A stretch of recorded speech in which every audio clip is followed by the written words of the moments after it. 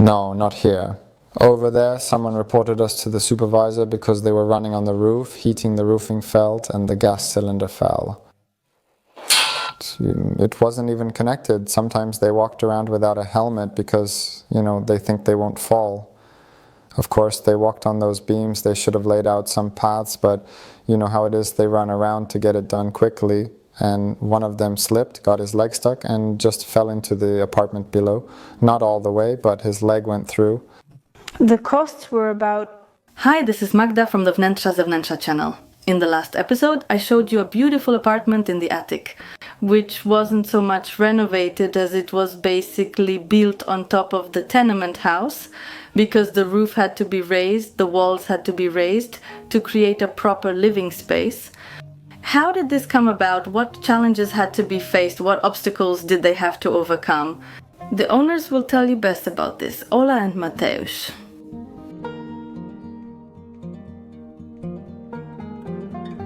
Hi, this is Ola. Hi. Mateusz. What inspired this project idea? The idea for this apartment came from the fact that we didn't want a typical developer apartment, which already had a defined space where you could only make a few changes. We wanted to create our own apartment tailored to our needs.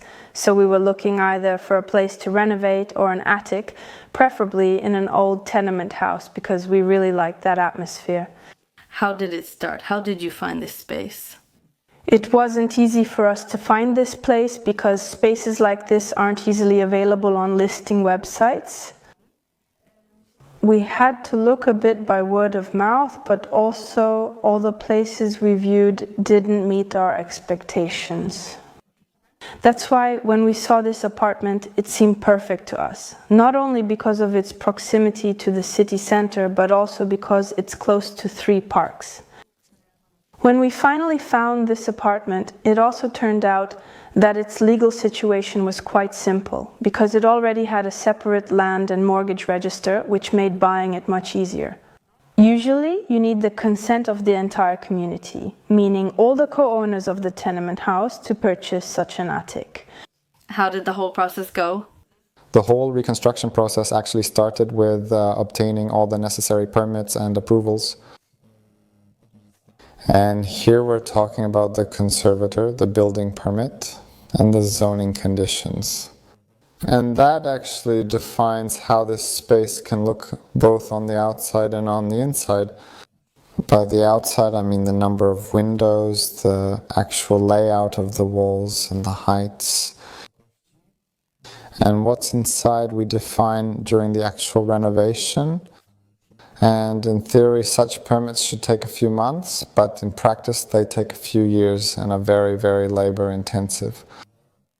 They require a lot of documents, waiting, patience, effort, polite phone calls, and simply waiting your turn in line to get what you want. I recall telling the conservator, "Sir, it's just one decision." "Have you already made that decision?" And he says 9 months, when it should have been 1 month. "If I make this decision, they'll just give me another." I said, "I know, but I want to finally live there." "No, I'll think about it after the holidays." And that was in October. But it was very important to us here that the whole tenement didn't become, to put it colloquially, a Frankenstein, because we wanted the building to look very nice as well. So we recreated the historical facade at the front of the tenement. We tried to keep the form so that from the outside there wouldn't be any issues. And the conservator really helped us a lot with this. After obtaining all the permits, after actually submitting all the documents and getting the building conditions and approval from the conservator, we moved on to the more design-focused part and tried to figure out how we could divide this space so that it would really be the way we wanted, but also so that we could create additional apartments that we could also rent out or possibly use otherwise. Sell them so that the whole investment would pay off for us in some way. The very center of our apartment, which you are seeing today, actually took shape over the years because the entire renovation lasted almost 7 years. So our approach and our expectations changed as well. We initially planned an apartment for just us, but when we considered starting a family, we needed one that could accommodate that too. At first, it was just the two of us. That's why the form inside took on different shapes before it reached its final form. This was mainly possible because when renovating the attic, the only things that limited us inside were the load-bearing walls and the chimneys from the apartments below. We were changing the entire roof structure here, so the layout of the walls was really dictated by our imagination, our ideas, and what we wanted to achieve. What challenges did you face? I said, sir, Yannick, it was supposed to be 208 under the door, and I see it's 204, but it's 204. You'll fix it. What will you fix? Please, you'll fix it with those studs inside, and they were cutting them anyway, you know. Well, yeah, you can see it because they see it's wrong. When it comes to the difficulties related to such a reconstruction, as you can imagine, there are quite a lot of them, both related to the documentation, which I already mentioned a bit, and the reconstruction itself. Paradoxically, it might seem that replacing the roof, along with reinforcing the ceilings and walls, could be somewhat similar to building a house. But in fact, it's about rebuilding the entire space and the whole floor in a townhouse in the city center under the supervision of a conservator.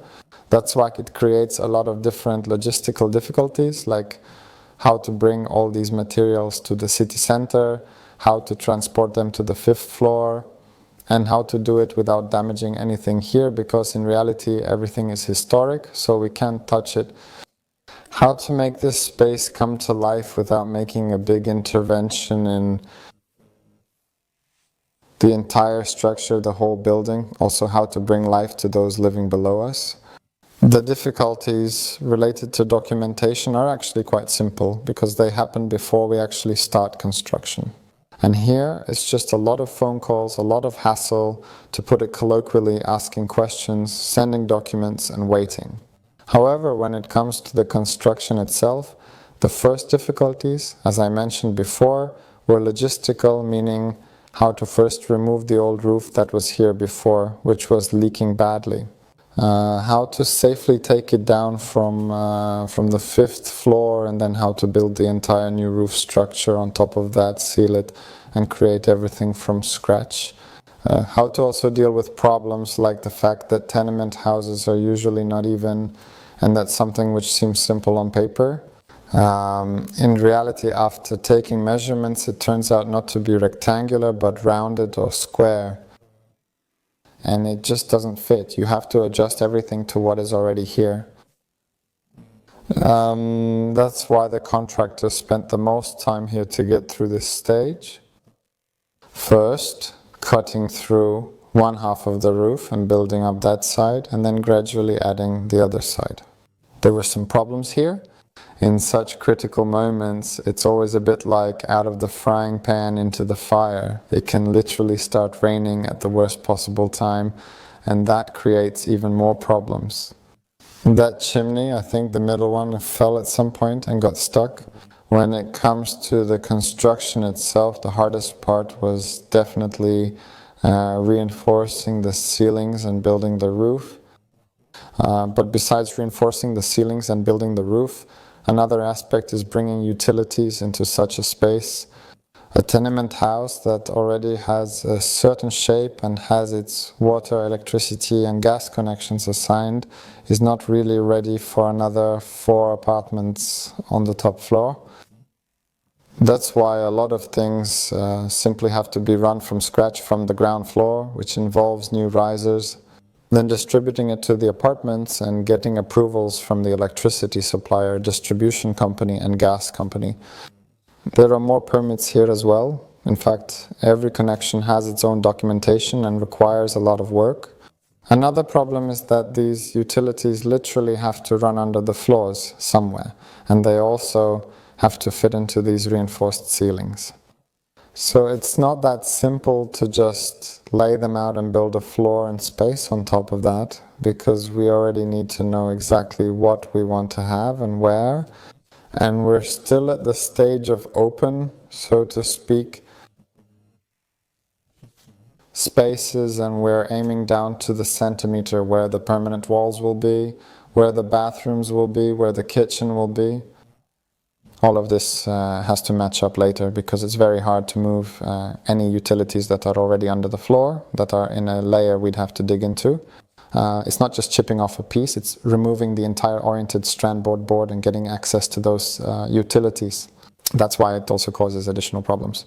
Such a building is also not ready to handle a very large amount of screed because laying almost 200 meters of steel and then concrete on such a space would cause the foundations to not withstand the whole load. That's why the foundations would also have to be reinforced there. That's why in such cases, very often either screed is used or simply hard mineral wool, which has the advantage of soundproofing, but the downside is that the floors may not move, but you can still feel some vibrations. And that also causes further limitations when finishing the interiors. 350 kilos, right? If you had made the step the way the first architect wanted, you would have just made a step, because that would have been best, right? Just one, that's it. And you'd want it there, just like the step is here, right? If you put it right in the middle, the floor would just bend. Because this is oriented strand board, a 4 centimeter thick hard foam, and on top of that there are 2 boards with glue, kind of like reinforced drywall, something like that. And that's why it flexes like that. You could see it after the first year when it settled, when all the silicone at the joints cracked and a gap appeared. Simply the walls are holding up, the structure of the old walls is holding up, so you have everything in front of the walls with drywall here, right? They no longer touch the old wall profiles. And suddenly the whole floor, together with this new structure, will finally settle after all the freezing. And you know, stairs are a perfect example. They actually hold much more because of that reinforcement. There, for that, they've got it here on the side, it's distributed. We couldn't make just one of those round classic ones because the whole floor would simply bend. I'm not even mentioning that this air conditioner has a vent here which goes exactly straight under the floor and then inside, and we would have bent the pipe that has water inside. Were there any mishaps or disasters? The first thing that comes to my mind is right at the very beginning when the guys were installing 12 tons of steel to reinforce the ceilings. They forgot that they shouldn't walk on the layer of the ceiling, which in fact already belongs to the apartment below. And they just broke through with their shoe. Their foot broke through into the apartment below. Not entirely, but suddenly. In the middle of the day, they broke through the ceiling of the neighbors below us with their foot, inaugurating, if I can put it that way, a series of various smaller or bigger problems with the apartments below. It's also worth noting, to our disadvantage, it started raining at the worst time. When removing the roof, it's crucial to watch the weather since it can change quickly. And this roof can't be changed in one day, but rather in 2 to 3 weeks. That's why the idea was to do it in 2 parts, but unfortunately during the replacement of the second part, the rainfall was so heavy that we literally had to put buckets everywhere here and run around with a tarp, covering whatever we could, which still didn't prevent various leaks, which we later fixed. Moving on to other screw-ups that come to mind, there was the missing chimney, which the contractor simply forgot to build. There are a lot of chimneys here, and it was hard to tell from the drawing whether it was new or already existing. It was necessary to build it, but unfortunately they just didn't manage to do it. It was possible to work around it later because there was a sufficient number designed, but it created a few problems and complications at a later stage, which the chimney sweep eventually accepted, but only after some more issues, so to speak. Another thing that comes to mind is the issue with the construction company, which, even though they had handled large projects before, sometimes failed to supervise their workers regarding safety measures. The workers were reported by neighbors who noticed them walking around completely unsecured on the 5th floor roof, running without helmets or harnesses. Well, none of this was easy. We are personally responsible for this, but such incidents shouldn't happen, and they just add extra stress because the phone calls don't end there. Another problem, already at the finishing stage, I think many people might deal with this issue, is the matter of the carpenter. Mr. Stollers took care of our apartment here, mainly the kitchen and the bathroom. He started by showing us some really nice samples and colors. We decided on a specific color. The problem was that he lost the sample, or maybe somewhere colloquially he misplaced it and couldn't recreate that color. And he first installed a completely different shade, which really wouldn't be suitable for this interior. And then he tried dozens of times to present us with something similar to the first one, but he made absolutely every excuse, saying that painters can't do it like that anymore, he can't do it, he doesn't remember. Another issue is simply the deadline. Carpenters, I don't want to generalize here, like to promise us a lot at the beginning, but when it comes to actually doing the work, it often falls apart. And I'm not putting the blame here, but it really dragged out over time to the point that we actually ended our cooperation at, you could say, 80%. And what was left, we just did on our own, because we couldn't wait any longer to move in here and we couldn't get them to do it. The truth is that the more complicated the project is and the more things you want to change, the more problems will come up here in the meantime. And it can just stretch out to some astronomical amount of time. And the question is the result worth it?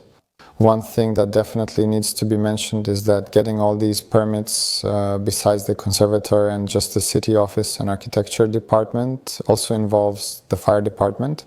Such a project from the architect, which involves remodeling the entire attic, also includes a section for the fire department.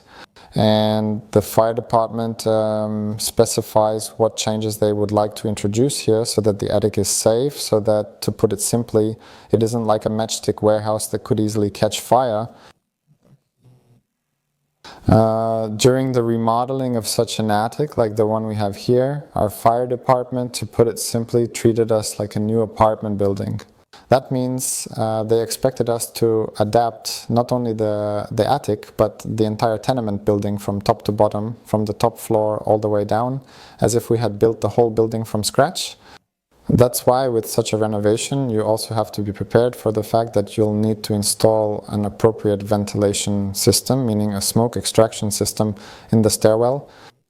It may even be necessary, as in our case, to replace the doors in the basements, because very often a fire starts in the basement, and that's the place where the fire department would like it to end, not to spread further.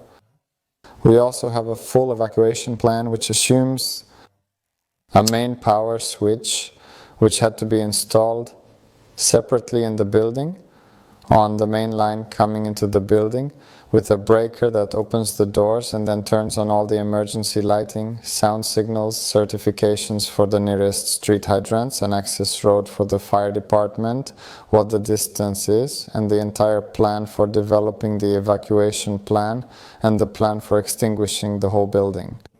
In addition, there's also the issue of the historic door gaskets already in the building, and the passages for fire hoses. That's why, just as it might seem at first, adapting the attic itself actually involves quite a holistic approach to the entire building, meaning both from the perspective of the conservator and construction, but also securing all aspects, and in this case also the fire department, meaning potential fire hazard. Here we managed to incorporate all of this and we managed to build it, but if we're talking about problems and screw-ups, unfortunately the construction company didn't read the project at this stage and then did it slowly with our involvement, with the involvement of other specialists. We developed additional expert opinions so that everything made sense. In the end it worked out very well, but it prolonged the entire construction because the building was already ready for finishing and we still couldn't get the occupancy permit because we didn't have the documents from the fire department, because the contractor, as I said, didn't read the project, even though he received it to prepare the cost estimate and to present us with the first offer, he wasn't aware that he would have to do additional work. We weren't aware that we would have to somehow find additional funds for all these fire protection measures. That's why at this stage, when it turned out that a bit more had to be built, because some of these things were done at the beginning. I'm talking here about the doors and the smoke vent, but the additional protections weren't done. It simply increased all the costs. And at a stage when the financial resources are already starting to run out, an extra several tens of thousands for such fire protection reinforcement, which becomes part of the community, meaning it's not something that belongs to us, but we leave it as a built-in part for everyone to use. But we have to go through this process to be able to live here, so we simply had to cover it with additional funds and somehow find them. The entire project took 7 years from the moment of purchase to the moment we moved in. The costs we incurred were about 430,000 zlotys, from which we got 2 apartments, one for ourselves and one for rent, while the entire investment included a total of 4 apartments. I think that if we had only done 2 apartments, the costs would have been a bit higher, because this way all the expenses were divided into 4 parts. What advice do you have for those wanting to do something similar? We have a terrace like this. We wanted to do it this way, that it would be here. Actually, there was supposed to be a balcony here, because there are balconies downstairs, but they didn't agree to that either. If I can give you some advice, if you ever want to take on this kind of renovation or adaptation, these will be a few technical tips, but they are very important and can really help you. Think about whether it even makes sense at all. First of all, look for a place that already has either a zoning plan or a zoning decision, because getting a zoning decision, especially in a place that's in the center of a big city, simply takes a lot of time, and you don't know what the final outcome will be. It may turn out that the city won't allow you to do it, or will only allow it within a certain scope, and you'll end up with an apartment that has a really strange shape, and it simply might not be worth it. That's the first thing.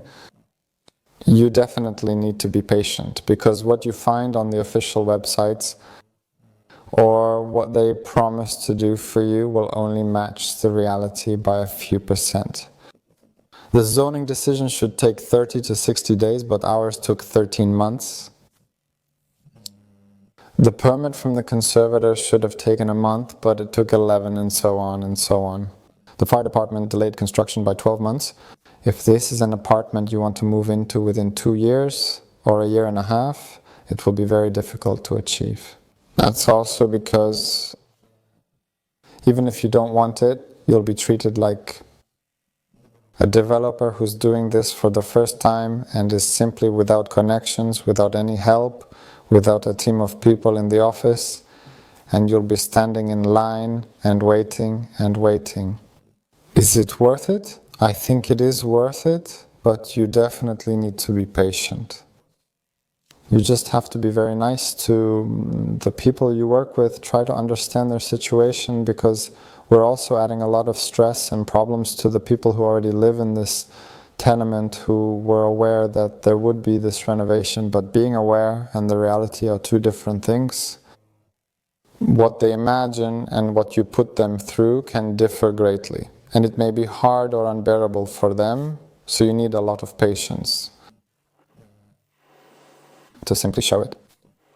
However, when it comes to the technical aspects themselves, as I said, finding a place that already has clear rules about what is allowed, then in the zoning plan or in the UZC you will read exactly what can be done with such a building, what kind of ceilings are allowed, whether the conservator will require you to get a doctorate in the shape of the window frame, whether you'll have to use very expensive historical plaster on the front or back of the townhouse, or maybe you won't be allowed to touch anything at all because the roof structure is historic and you'll just have to possibly restore it, which will take a lot of time. That's why it's best if you read in such a plan what is allowed. It's great if, like we mentioned earlier here, you find an attic that has its own land and mortgage register, because then it's easier to buy, and right at the very first stage, before you even start anything, you sit down with the community and clearly present what you want to create here and explain the benefits that this community will have for the fact that you will carry out such a renovation. Here the fire department was both helpful and problematic. For us it was a disadvantage because we had to put in extra funds and it extended our construction time, but we created a building. We equipped the building in such a way that now we all live together in what is really a tenement house that has the latest level of safety features, and that's definitely a big plus for these people. I would focus on patience and carefully analyzing the documents, and also on additional funds. Like with any renovation or building a house, they say you need 30% more. I think that with a project like this, you can easily say that even 40-50% more might not be enough, because things will come up that you won't have any idea about, even if you try really hard. How did the pandemic impact construction? Like everyone, we were affected by the pandemic and began construction in its second half.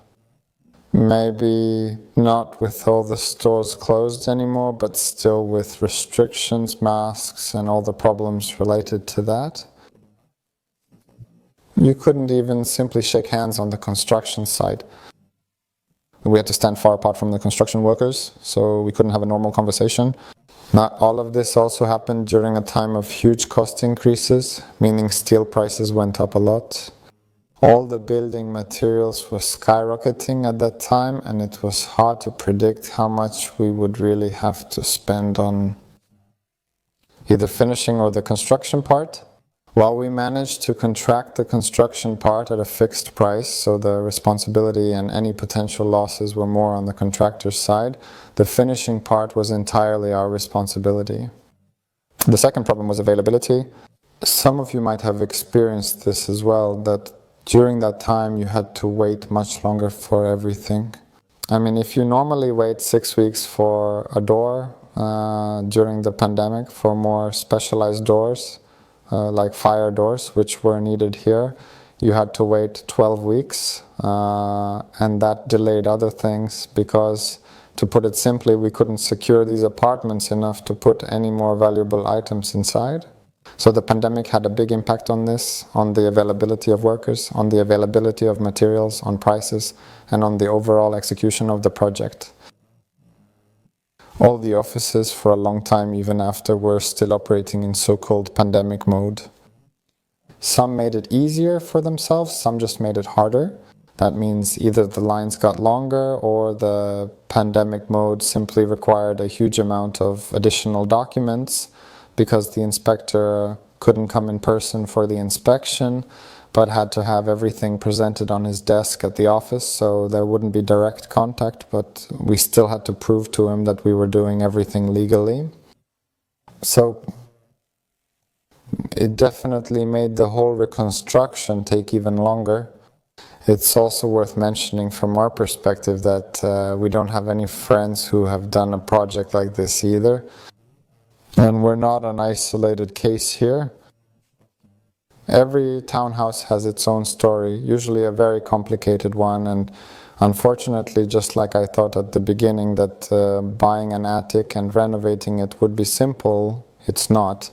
We'll finish it in a year and a half, maybe 2, and it should be just a little more work than a regular renovation. Well, after years I realized that it can actually take much longer than buying a plot, building a house, selling it, and building another one.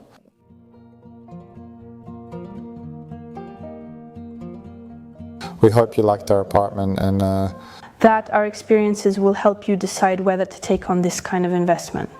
Honestly, I'm really impressed, because when I think about how much work, patience, stress and nerves it all took, I don't envy it, to put it mildly. It really took a lot of work, but fortunately the results are fantastic. If you haven't seen the home tour, be sure to go back to the previous episode, and now I'm saying goodbye to you. Thank you for watching until the end. I'd like to remind you about our interior design bookshop at wnetrzazewnetrzaofficial and see you next time. Subscribe and enable notifications so you don't miss future episodes. Bye!